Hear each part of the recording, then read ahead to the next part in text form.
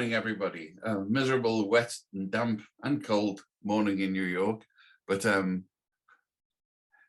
this is the nice thing about Zooms. You can stay in the warmth of your own apartment and office and join in the conference without trailing through the subway, the wet subways. So I am Ian Williams, President of the Foreign Press Association. And with us today, we're proud to have Brett Murphy from ProPublica, who's been working there since last May, I believe it is.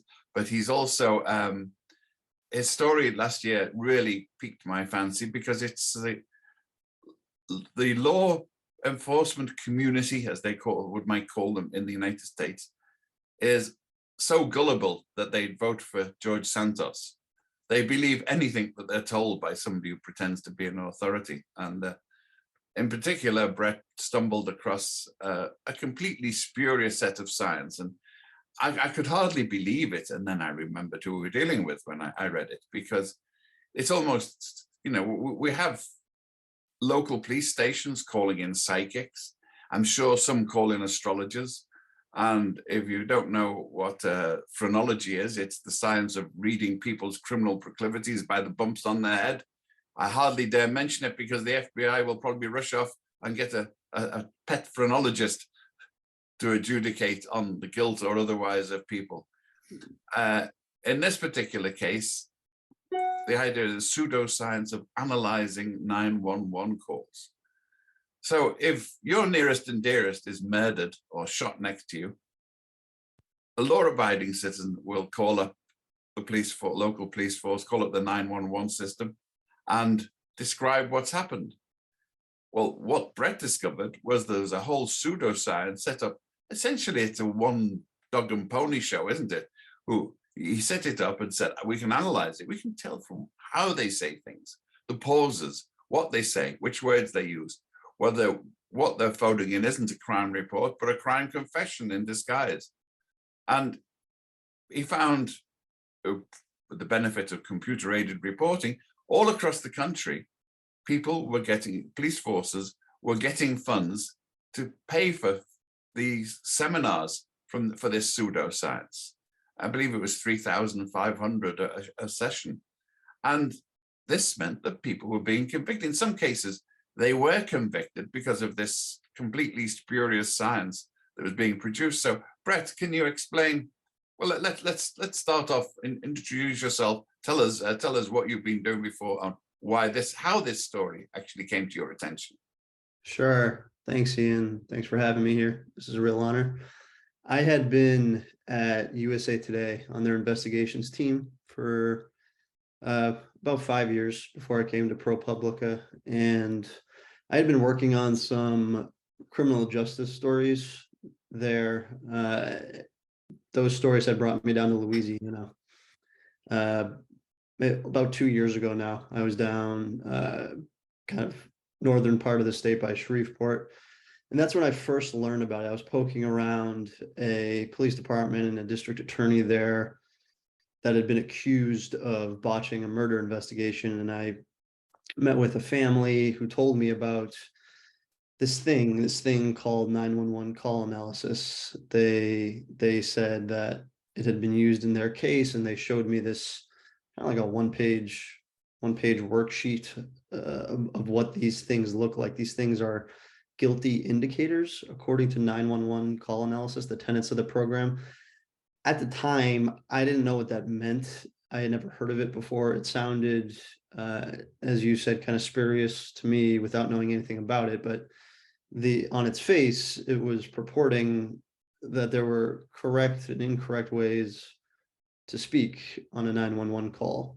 And this is everything from saying the word please in the wrong spot when you speak, to being too polite, saying hi to the dispatcher.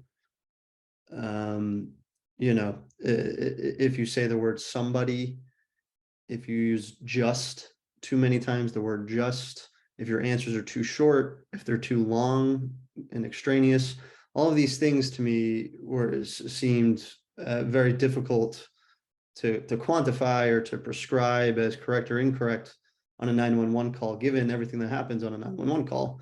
You know, people are in shock, people are are very stressed. Everybody has different ways of communicating, of speaking, especially someone down in Louisiana versus, say, someone from Chicago. That's to say nothing of dialects and racial backgrounds, education, the neurodivergent community, autistic folks. How could you possibly say what someone should and shouldn't sound like during an emergency? So I didn't think much of it because it didn't strike me as something that would be embraced by the law enforcement community. I thought maybe it was a one-off, didn't seem particularly plausible even as that. When I got to ProPublica, I started poking around a little bit more, filing records requests. We can get into that in a little bit, how exactly the reporting came about. But what we found by the end was that it was not only embraced by police departments, but perhaps more troublingly, prosecutors' offices. The prosecutors were actually using this against defendants. They were getting it into court. And as you said, after people had testified to it, people who are trained in the program testified to these guilty indicators in court, folks had been convicted. Some folks had been arrested before somebody else confessed to it. So it was, just from the anecdotal evidence, it was wrong several times, so it became sort of our guiding light as we were reporting this, was how often was that happening? Why was it happening? Who was paying for it? Was it an issue of credulity and gullibility, as you said? Were there other incentives in the system? So we really wanted this to be sort of a vehicle to explain how the justice system is set up, to allow things like this, to allow evidence like this to percolate. And, we can get into the findings a little bit, but we found pretty much at every rung of the justice system, we're not only embracing this, but they were promoting it, paying for it. And it goes to the FBI, to the judiciary, local training boards, the prosecutors' offices, police departments. It was very pervasive. After about 7 months of reporting, that's what we found. It's really, after the Amber Heard case and the others, I mean, the analysts, that was a classic one. He was almost on, her expert witness was almost up there with George George Santos for his eccentric behavior, which was acceptable. But there are no standards for expert witnesses, are there? Or no, you don't. There isn't a register of expert witnesses. Each counsel brings the expert witness of his or her choice to say what he or she wants them to say. So there's no list. There's no centralized database about who can speak to what. But what there are state standards. They had all been adopted, mostly have been adopted by a Supreme Court case. There's the Daubert standard and something similar called the Fry standard in a lot of states. Basically, what these standards say is that anybody purporting to be an expert in something, whether it's a technical expertise, a scientific expertise, and they're to testify in a criminal proceeding, they need to pass a series of thresholds. The research upon which their testimony is predicated must have a reliable foundation. It's kind of the broadest sense of it. What reliable foundation means a lot of different things in some different places, but in a lot of spots, some of the benchmarks are, has it been tested? What does the scientific community say about it? What's the error rate? These are all things that the courts are supposed to vet before allowing that sort of testimony. However, what we found is that the real gatekeepers for this are judges, individual judges.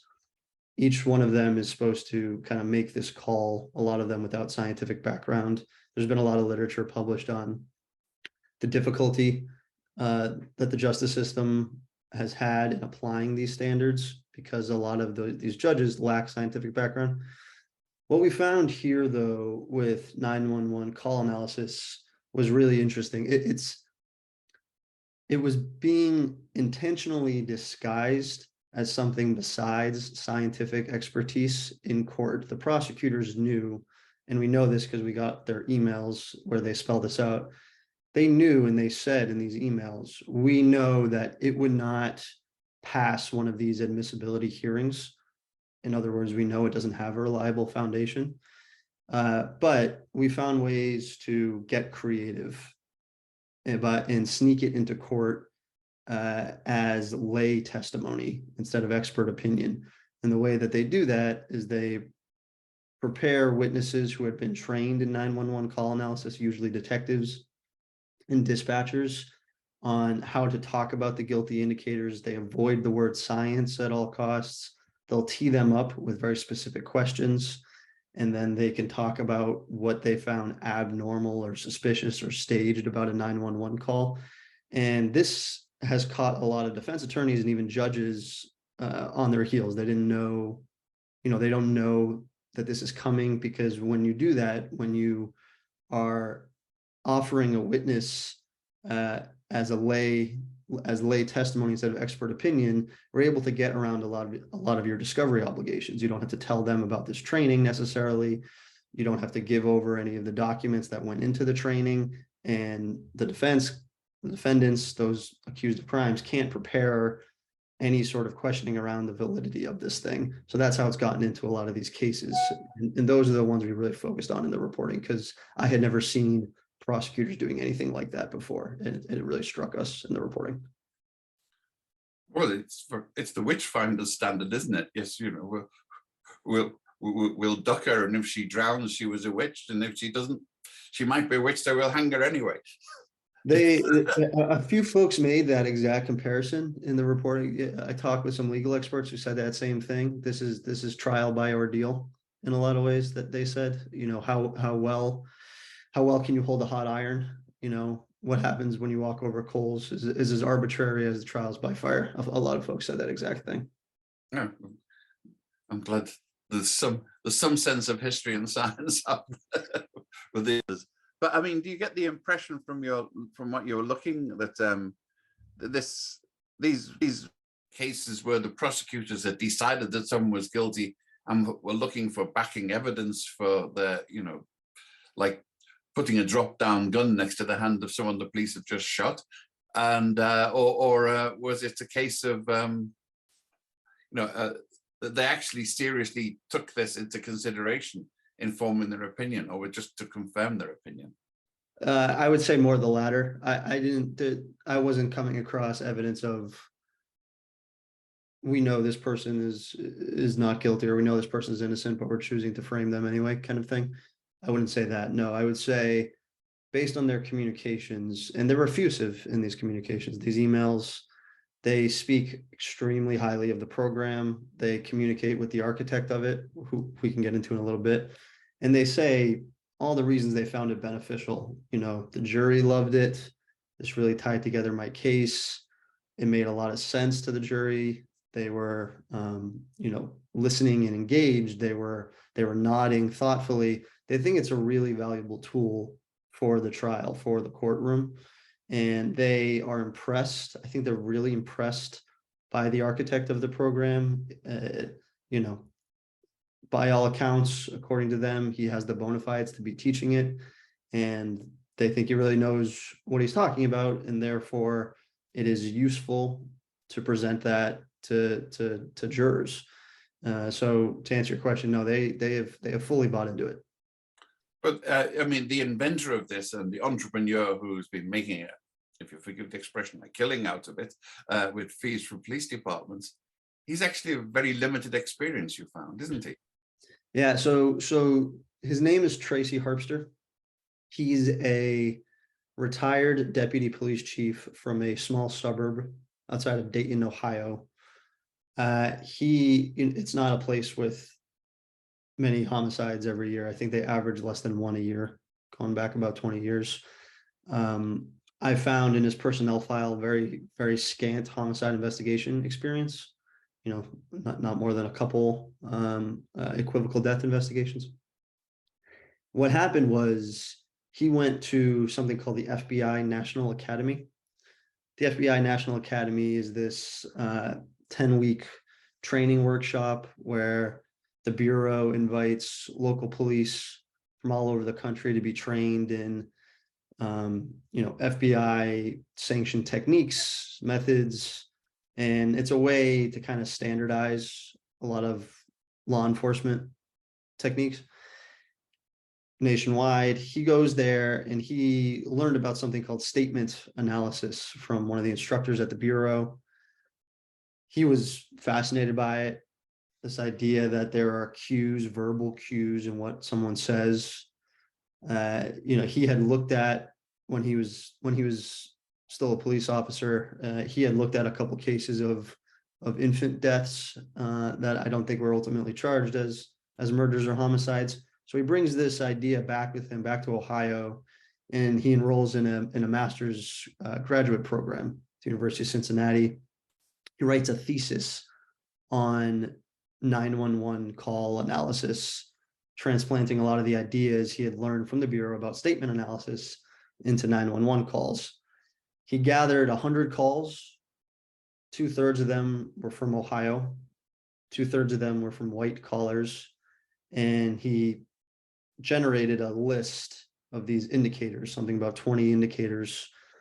And then he went through those 911 calls, all 100 of them, counted how often those appeared. Each one of those indicators appeared in a call that was later adjudicated guilty versus a call that was later adjudicated innocent. So 50 were innocent, 50 were guilty. And from there, he had his list of these are guilty indicators, these are innocent indicators. And after the thesis, he got back together with the instructor who had originally taught him from the Bureau, from the FBI, and using those same set of 100 calls, they worked on another study. And the FBI, before it was even published in peer review, the FBI blasted it to local law enforcement around the country in a bulletin, the FBI bulletin. And that really sparked it. You had local law enforcement calling his co-author from around the country, asking them to consult on cases, give reports. And that was in 2008 or so. And then in the 10 years ensuing, he turned it into a full-fledged curriculum. And now he says he's personally consulted in more than 1,500 homicide investigations. He, like you said, he gets paid about $3,500 for the one-day class. Can be double that for the two-day course. And his pupils are the prosecutors, coroners, dispatchers, and detectives. And those are the folks who go on to use it in real cases. They're using it in trial. They're using it in investigations. The kind of the full gamut we found. My warning antennae were going even at the beginning when you said statement analysis. As far as I can tell, most statements are sort of guided by the police who ask yes or no questions and then write down the results afterwards. So analyzing them is analyzing the mind of a cop. It's not analyzing the mind of the person whose name who allegedly signs the statement. There's been a lot of research around this, around the ability of anyone, including law enforcement, to pick up and divine verbal and nonverbal cues in an interrogation setting and in regular settings and other settings. There's been a good amount of controversy around these disciplines and how to apply them and what's safe to apply. You may have heard of the Reed technique. There's been a lot written about that, where police are guiding their interrogations and sometimes entire investigations based on a lot of these cues. Some departments have stopped doing it since a lot of the research has found that it's very difficult, in fact, to do that, and we're often wrong. Similarly with polygraphs, lie detectors, often wrong for the same reason. That's why those don't pass. No, that is one thing that's always amazed me. I don't think another country in the world uses lie detectors. The courts pseudoscience. The courts have said as much here stateside that they're not admissible in court for those reasons. However, police departments still use them. A lot of police departments still use them, even though they're not admissible. A lot of the folks I talked to in reporting this story, the detectives who support the program, 911 call analysis, took the training, use it.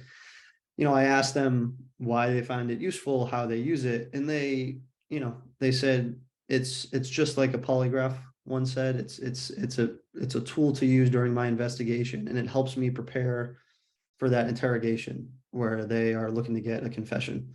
So they look at it like that, as something, as a useful building block of the investigation, some detectives said. Speaking of junk science, the most used use of a lie detector is the Scientologist e-meter, where Scientologists are trained to lie without producing any reaction.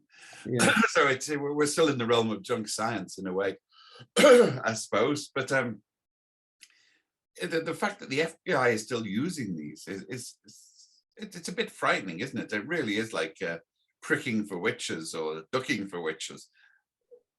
That was another really important turn of the reporting, I think, was the role of the FBI. They had, so for about maybe 12 years after publishing the bulletin that their own employees had had a role in studying, promoting it nationwide. They say it's not an endorsement, but they're sending it directly to departments, and then they are soliciting feedback about how those departments went and used what they told them about. 12 years, they didn't say anything else. And then their own scientists inside the behavioral analysis unit have conducted 2 recent studies. Both of those studies have found that they could not corroborate the claims made by Harpster in the seminal research, that they tried to test those guilty indicators on separate 911 on samples of 911 calls, and they were unable to come to the same conclusion. In other words, they couldn't replicate the work, and they ended up warning, they set out to replicate, but they ended up instead warning against using these in actual cases to bring actual cases. Still, though, I found again in these emails that folks inside of the behavioral analysis unit have been in recent years directing people towards Harpster's research, towards 911 call analysis. And that's what happened in the case of Jade Benning in California, one of the cases we've reported on. There was a cold case detective there who had just got assigned a murder from 1996. And he wrote an email to Harpster, the founder of 911 call analysis, telling him that pretty much thanks to your consultation, thanks to your training, we were able to convince the district attorney to file charges against this woman, accusing her of murdering her boyfriend more than 25 years ago. And they said, the cold case detective told Harpster that, this wasn't happenstance that we came across your work. It was the behavioral analysis unit of the FBI who referred us your way. So this was all kind of shocking stuff, given that the FBI is supposed to be the premier law enforcement agency, and their own scientists are raising serious concerns about this thing. It is, we're talking about junk science. His initial sample was 100. I mean, that's not statistically significant. Any statistician in court would have blown that out the water right away with a 100-gun broadside. 100 is not statistically significant. Yeah, this was a kind of the first point that all the statisticians, psychologists, linguists who I brought this to said right away. So I brought the research to a group, to consult with them. I want to know what they thought of it, the research methods, how it's been applied since publication. All of them said that same thing. Like, first and foremost, this is a sample size problem. This is 100 calls. 2/3 of them are from Ohio. 2/3 of them are white. We know very little, because it doesn't say in the studies about what sort of controls were mitigated for or factored for. For example, upbringing, dialect, education levels, all the things I listed earlier. They don't acknowledge those types of factors in the original research. So, how can you apply that in an actual setting? They said, this is fine as exploratory work to invite more research. A lot of initial studies are just that. They said the trouble comes with application when you're turning highly exploratory work into real world settings, high stakes settings, as high stakes as a murder trial. That's where the problems come to bear. And you're not supposed to do that in the scientific community, in the research community. And likewise, there's been a reluctance from Herbster to share data with some of these other researchers who are looking at 911 calls. He has told them flat out no. In emails he said, I think other people want to steal my research and sell it for their own. So there hasn't been a lot of information sharing. These are all big concerns to folks in the research community, in the scientific community. They say in their defense, Herbster and his co-author, the former bureau agent named Sue Adams, they said that, we've published that one original study off 100 calls, but we studied 200 more for a book we published in 2017. This is after the curriculum had been off and running. Likewise, we've analyzed more than 1,500 911 calls just on, for investigations. So we're the experts in this. In other words, he has said that as much. Herbster has said, I know what a guilty mother, father, boyfriend sounds like. I know it because only I've done the research. So, he very much presents himself as the authority on this, which again, to the experts I consulted with, is another problem. That's conflating personal experience or your perceived expertise as actual quantitative data or statistical significance, but according to them, it's not. Well, we were talking earlier about the satisfaction. How many people have, any idea how many people have been convicted with the aid of this witch doctory? And secondly, how many have appealed successfully on the basis that it is witch doctory? So I don't know. I don't know the answer. I don't know how many people. He had, like I said, he said personally he's consulted in 1,500 cases. How many of those led to convictions? How many of those 911 call analysis played a crucial part or pivotal role? I don't know. Likewise, there's all the ones in which he wasn't personally consulted on, but his pupils, the detectives and prosecutors, used it on their own. So it's a larger number. We don't know that either. There's no list. There's no easy way to identify these. It's not something you can just search for in court records. It doesn't appear in dockets.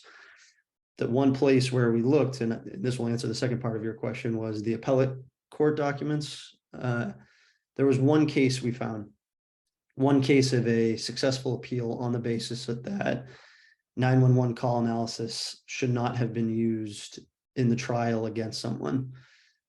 This was the case of Riley Spittler. He was a 16-year-old kid in Michigan who was accused of murdering his brother. He said he called 911 and said, I was playing with a gun. I accidentally shot my brother and killed him. It's a really troubling 911 call. We play part of the audio and the story for people to listen.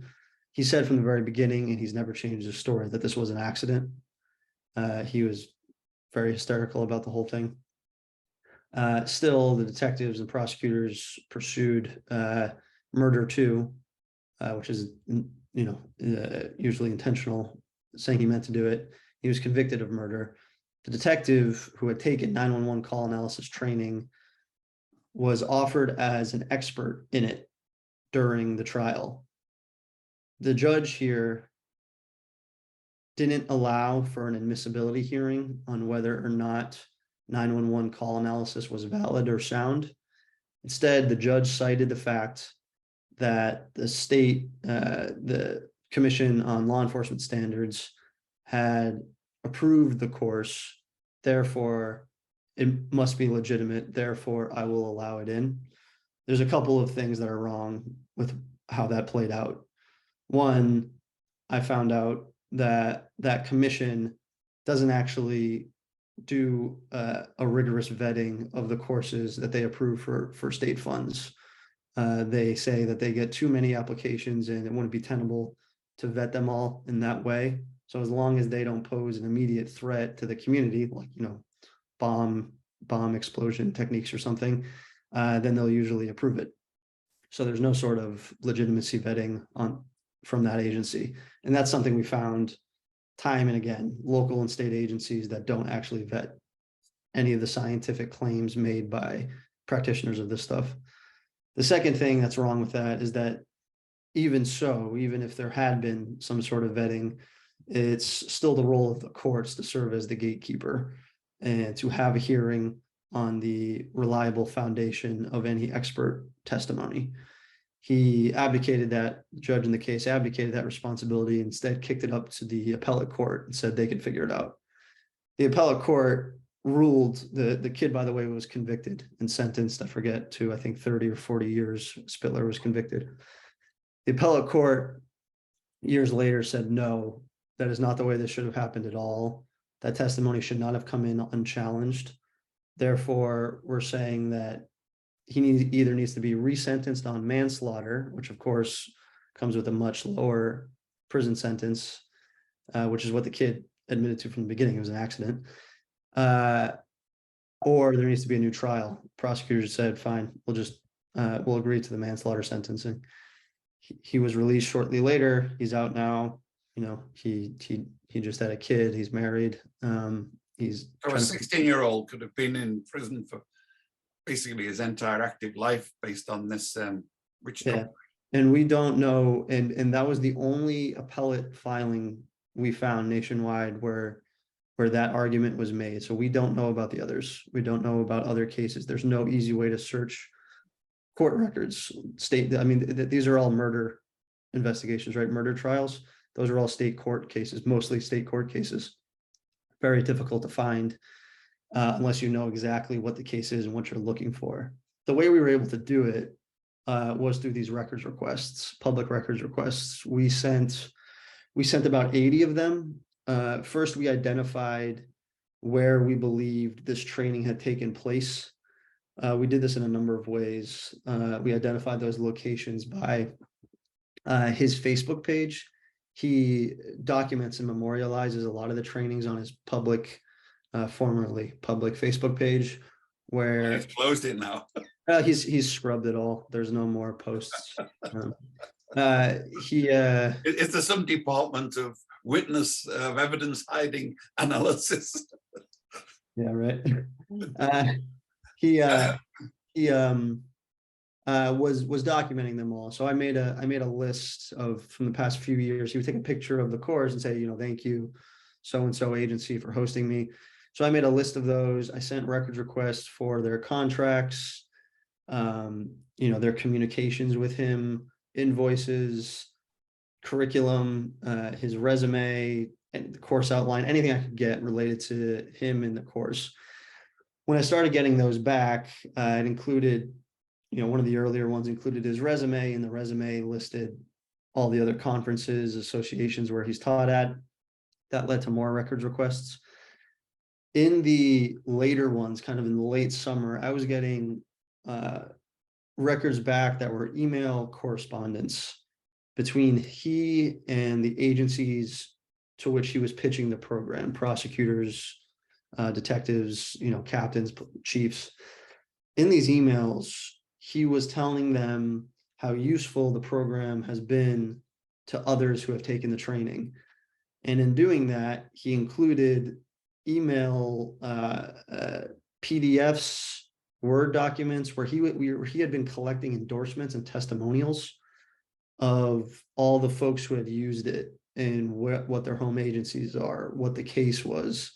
And this was in a lot of ways sort of like a clearinghouse of records that we otherwise wouldn't have known about, cases we wouldn't have known about because they weren't immediately in the public record. They weren't being written about by the news, and they weren't being, the 911 call analysis wasn't being featured in the local media coverage, if there was any. So this led us down several different paths. We learned of lots of new cases this way, including the case of Jessica Logan, which we wrote about.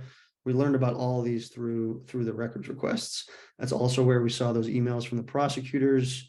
We saw his solicitations to the prosecutors. And one of them, the one we led with in that second story, he says, I know the case got overturned 3 years later, but we don't need to write about that. So just give me the testimonial about why you love the program. He wanted to include it in his book. So this is how we learned not only about new cases, but about how he was thinking about them, how the subjects, how the prosecutors were thinking of them, the detectives. So it was invaluable material we got from the FOIA requests. I've got a couple of questions. Rupa Shah wants to know, it's a pertinent question. Was the 16-year-old black, white or black? White. He was white. Oh, well, at least it's an equal opportunities program then. That raises an interesting point though, and folks have asked it quite a few times if there is a natural disparity, or if certain groups are being disproportionately impacted by this. And you can imagine why a lot of folks would think that, or why they would ask that. And it was certainly a question we had early in the reporting. The short answer is I don't have enough data. I didn't collect enough data to know. Through the records, I was able to identify a little more than 100 cases in which 911 call analysis had been used in some way, in the police investigation all the way through trial, somewhere in between. And that's just not enough data to make statements about certain groups or about disproportionate impact. However, it was one of the first things that the experts said that they feared about this whole thing, is that you can so easily imagine that there's somebody who speaks entirely different than the initial study sample. So I keep saying that 2/3 of them are white, 2/3 of them came from Ohio.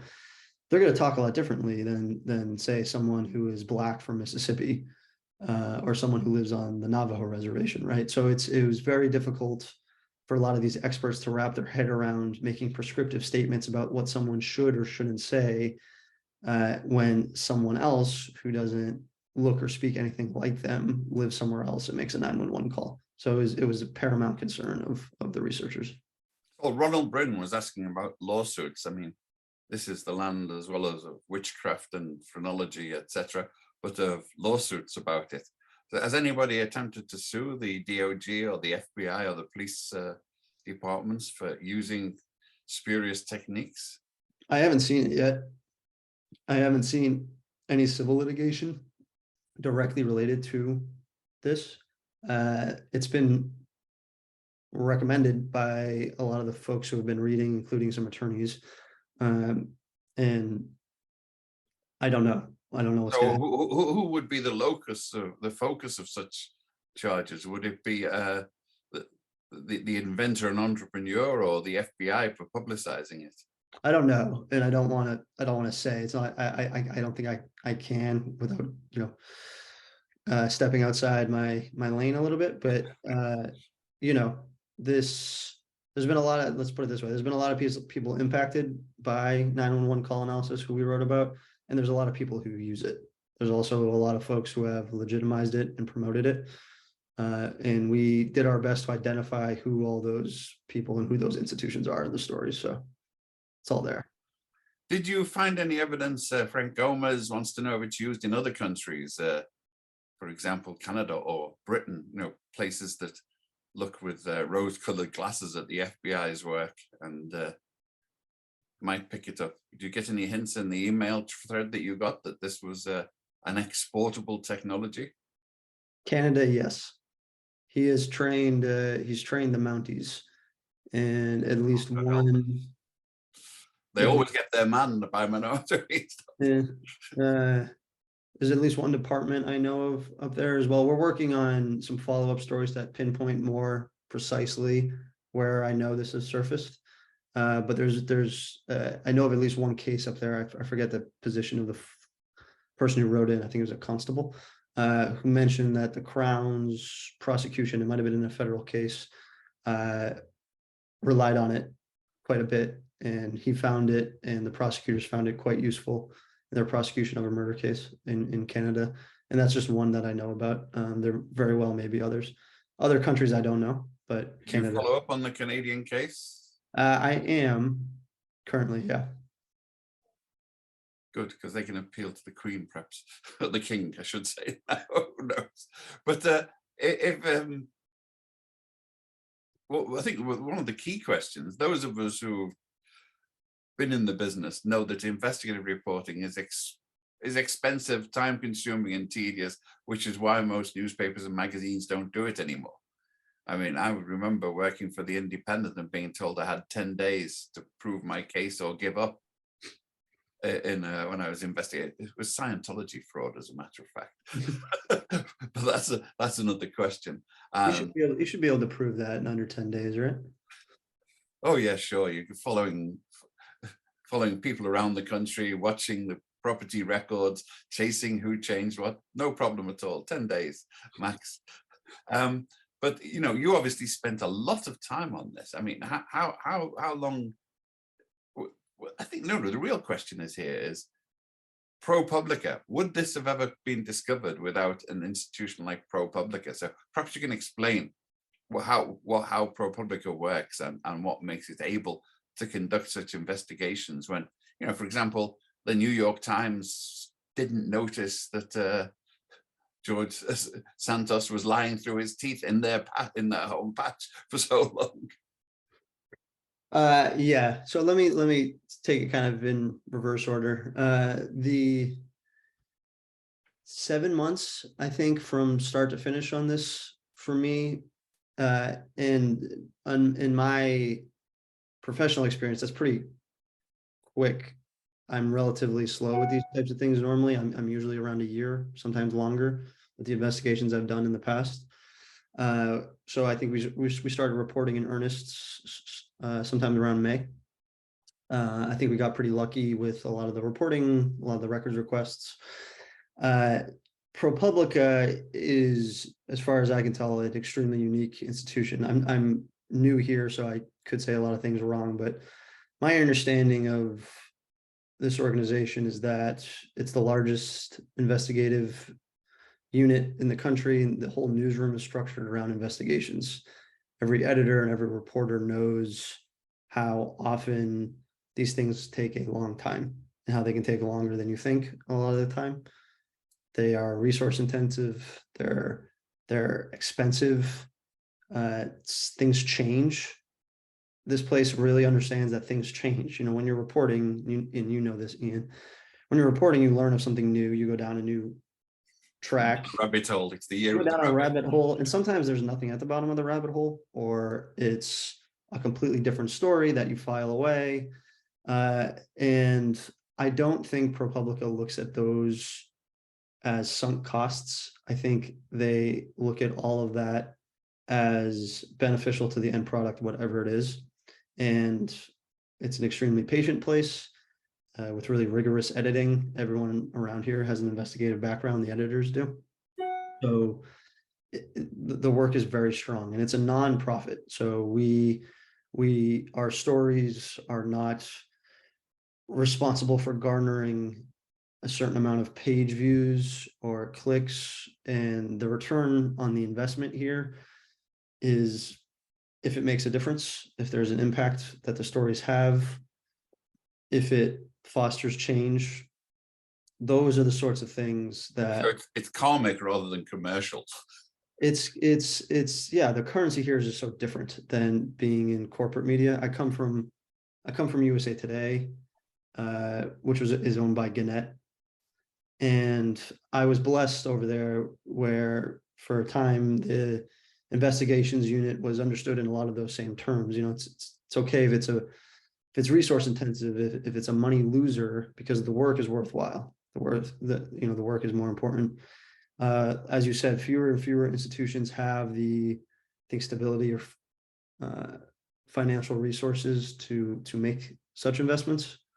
It can be really difficult. So ProPublica is really unique, and it's really fantastic for filling that gap. And that's the sort of work that my colleagues all around ProPublica do every day. If you look at our website, it seems like every day we publish one of these stories. So that means that's months-long investigation, months of work landing kind of on our homepage every day. And I don't know many other institutions that can do that. Well, following investigative precedent, who pays for it? Follow the money. How does ProPublica finance itself? Yeah,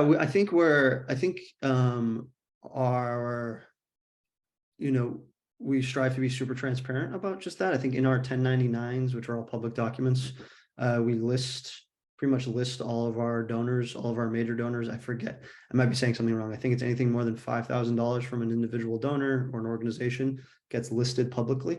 So these are individual donors who give us, $5 a year all the way to bigger ones. So it's readers. It's just it's reader driven funds. And yeah, that's kind of all I know about it. And that's, I think, sort of by design. I think they like the newsroom to just sort of do the work, and not worry about whether and not worry about it. advertising. Yeah, that's kind of great. I've never been in a place like that where it's so in the background that way, where they just say our job is just to do the work. So yeah. Sandra Muller wants to know if you had some type of pressure during the investigation. Did the Detectives Benevolence Association come knocking on your door and saying, "What are you doing?" no, nothing like that. Not with this one. There was some folks engaged with us, which I thought was great. Harpster himself did early on. I went to him. I try to do this in reporting. But before I think I know too much about a certain topic, I try to get as many perspectives as I can early. I don't want a narrative to be set in that's going to influence sort of the way the reporting is going. I don't want to be myopic. So I approached him very early in the reporting. I really wanted his perspective. I thought it was vital. And we spoke, and then not so much in the later stages of the reporting. He didn't want to engage anymore. Some of the departments where I was sending these records requests, I know of at least one, told him about it. So I think he thought that the coverage would be more critical. I don't know. But certainly, I don't get the sense that a lot of folks were happy in the law enforcement community that we were reporting on them. But others wanted to talk about it. Others wanted to engage and give their perspective. And I think that always makes the story stronger when we know more stuff like that. But no, I didn't get, there was no midnight knocks on the door or anything like that. It's always dangerous to start prodding at the thin blue line. Because it's a very thin skin blue line, isn't it? Frank Gomez wants to know if your research agenda extends to international issues. Yeah, we do quite a bit. We've written a lot about the cartels. Recently, we've written about Afghanistan, Middle East. I would encourage you to check out some of the fantastic reporting from my colleagues recently, Tim Golden, Ginger Thompson's work in the past about Mexico. We've written about Libya. There's usually some American connection, whether it's corporate imperialism or the DEA, stretching beyond borders, something like that, to that effect. But no, I think we write quite a lot about global issues for that reason. Yeah, but you don't go abroad to do this. This is looking at how the US impacts abroad, is it? They do travel. No, we travel. The stories I don't want to speak, of course, to the organization or other people's work, but the stories I've read from my colleagues, yes, they have an American angle often. We just wrote. I'm sorry, I almost forgot. My colleague Debbie Sensiper just wrote about honorary consuls all over the world. Yes, that was an interesting report. Yeah, exactly. While these things have an American connection often, I haven't gotten the sense that we shy away from international stories. It's a particular interest of mine as well. When I was at USA Today, I reported and pitched stories from Afghanistan. So these things are important to me. I should point, because I was looking, but I haven't had time. Several UN ambassadors for small impoverished countries are volunteers, like honorary consuls, and they have their own agenda, not least of which is immunity from prosecution. I would highly recommend. I would highly recommend to everybody in the FPA to read my colleagues' work. They partnered with ICIJ on the project about honorary consuls. It's great. It's really fantastic reporting. Yes, I mean, any local shark can volunteer to be the consul and pursue their own agenda. It's wild. I didn't know anything about that world, and I felt like it was a crash course in international diplomacy that I didn't know about. At one point, the treasurer of the Conservative Party in Britain was actually the UN ambassador from a Central American country. No kidding. With impunity. And he's still not been touched for it. And presumably this, whatever happened with the diplomatic bag, he had money to spare. Have to be careful. Libel laws in Britain are strict. It needs investigation. Happy to help. Happy to help. Yeah, I follow some of those cases. It's pretty wild, the way the libel laws work. Yes, in fact, it's got worse, if anything. There's a very good piece, I think it's in the Times Literary Supplement this week by Jeffrey Robinson, about how investigative reporting is now tied up in Britain because of privacy laws. Apparently, a Russian oligarch is entitled to privacy. No kidding. So if you go, somebody who's on the sanctions list, if you go and start digging into his tax affairs, you're violating his right to privacy, according to British judges. Is that, and this is for those considerations? Literary Supplement, Jeffrey Robinson, who's a leading barrister in Britain on these issues. It's very chilling. I mean, I always knew that libel law was the big pitfall in Britain. Do those privacy considerations extend to anyone, even somebody as high profile as a Russian oligarch? Especially someone as high profile, because he has a reputation to be damaged and has material interest in it. Read the article. You'll find it's fascinating and well worth ProPublica's investigations. Because the judges are their property. These high court judges tend to look at property, and when they look at it, they go after it. And these are people like them. They're probably in the club. One of them is in the House of Lords now, for God's sake. So of course they're going to defer to them. But apart from rolling there, any other questions for anybody out there? Oh, Simon Locke, I think you partly mentioned it before. Has your reporting changed approaches to this data with police forces? I mean, in your outreach, have you found somebody saying, whoops, we wish we'd seen that earlier? Or no, yes, thank you for pointing this out. We'll be very careful. Yeah, it's been one of the most surprising responses I've gotten. Police leaders, district attorneys have reached out and said, can you tell me more about the cases in our jurisdiction? We want to look into it. We want to make sure that's not being used around here. So people have reached out to that effect quite a bit. If his question is referring to the way they actually collect data, I don't know. No, there's no. It was another challenging part of the reporting. You can't really go to a police department or district attorney with a records request and say, I want to know every time you've used this thing, 911 call analysis. They can't search a database for that. That's why you need to tell them exactly what the case is already, because they don't have a good way to digitally search these things. That's why those emails were so critical in the reporting, because they actually identified specific cases that we could get the records for. So I remember Frank Gomez, who is incidentally the president of the Hispanic Foreign Affairs Society. I hope I got that right, Frank. Wants to know, is there an international issue that you or ProPublica would very much like to study? Yeah, there are a lot. Order, I suppose.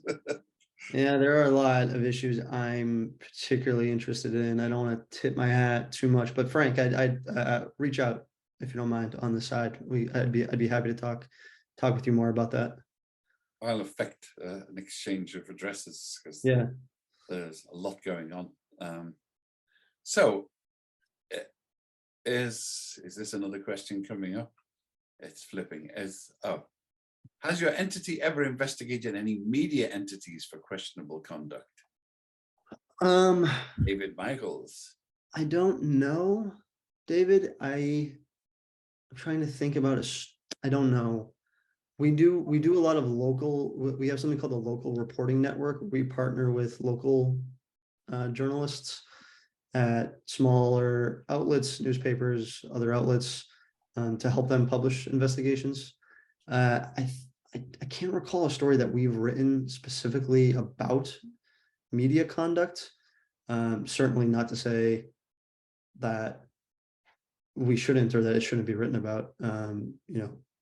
frequently the media is not above reproach with all of these things. Don't say it ain't so. It was actually part of the reporting here on, it was kind of a side tangent a little bit, but I found in the case of Jessica Logan, that was the first case study I wrote about. After the 911 call analysis had kind of penetrated the investigation around her and colored a lot of the police department's perspective on her, her emotions were on trial long before, you know, she even stepped into a courtroom, whether or not she was behaving the right way or whether she was sad enough. And that sort of it became part of the media coverage of her as well. I saw local news covering the trial, criticizing her for not crying in the right moments. So I think I think this 911 call analysis taps into something that a lot of folks, and maybe this is in part, I don't know, maybe it's in part of the, you know, the true crime waves, the police procedural television shows, the documentaries, where we as viewers get to size people up, characters on these shows, and think that they're acting wrong, that something's off about them. And part of the appeal to 911 call analysis, as far as I can tell, is its ability to tap into that, to this idea that, you know, my hunch is validated. I think something's off about this person. And look, there's some research to back it up. There's Can you imagine Greta Thunberg in the doc and what people would make of her expressions? It's been one of the most common responses to the story has been from autistic people saying that I read through the guilty indicators that we published, and they say that's just that's the way I talk. This sounds like a list of things that make me. Diagnosis for autism, not for guilt. Yeah, and they were terrified of it. They've been terrified of being accused of something because they don't say the right thing or they don't look the right way according to somebody else. And it's tapped into something very deep in that community. So we have a British tradition of cultural autism, stiff upper lip. So yeah, we hoist on the same petard. You know, why didn't you shriek and run around waving your hands? Well, you know, we're dealing with it. Yeah, the British people don't shriek. That's right. Well, they do, but well, they do indeed. I've been on sucker trains. They shriek. So it's time to finish now, I think. And look, thanks very much, Brett. This has been fascinating. We'd like to come back more, and you know, if you want, I'll certainly put you in touch with Frank, and we can discuss potential issues. And any of your colleagues want to discuss the credentials of the credentials of some of the UN ambassadors. Some of these countries can't afford an ambassador. They literally don't have the budget. They couldn't afford the bus fare to 42nd Street to the UN. So when volunteers come, they get representation. So they get someone who represents them on climate change and then represents themselves on every other issue. And it's understandable, but dangerous. I'd highly encourage, like I said, I'd highly encourage that series from my colleague. And anytime you or any of your good folks want to talk about journalism, it's one of my favorite things, and I'd love to come back. Well, we'll have more because we're extending our program to the J schools. So excellent. Get you in there soon. Great. Look, thanks very much, Brett. It's been horrifying, but good at the same time. Thank you, Ian, for having me. This was a blast. Okay. Thanks. All right. Bye. Take care.